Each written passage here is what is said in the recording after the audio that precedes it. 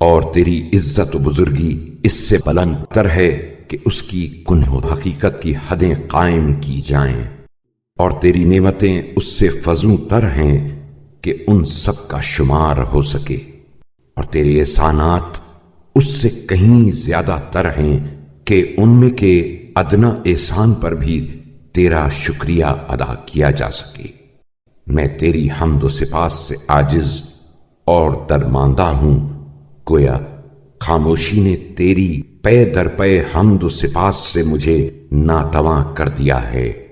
اور توقف نے تیری تمجید و ستائش سے مجھے گم کر دیا ہے۔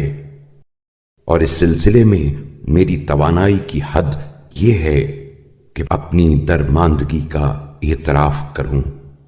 یہ بے رغبتی کی وجہ سے نہیں ہے اے میرے معبود، بلکہ عجز و ناتوانائی کی بنا پر ہے۔ اچھا،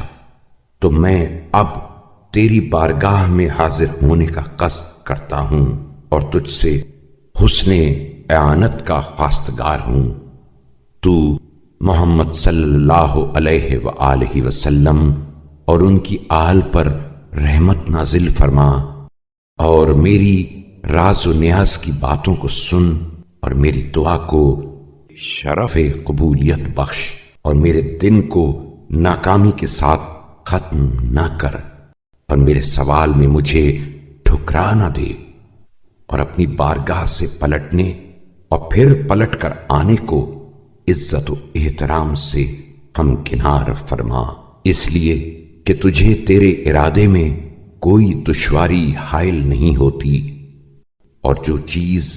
تجھ سے طلب کی جائے اس کے دینے سے عاجز نہیں ہوتا، اور تو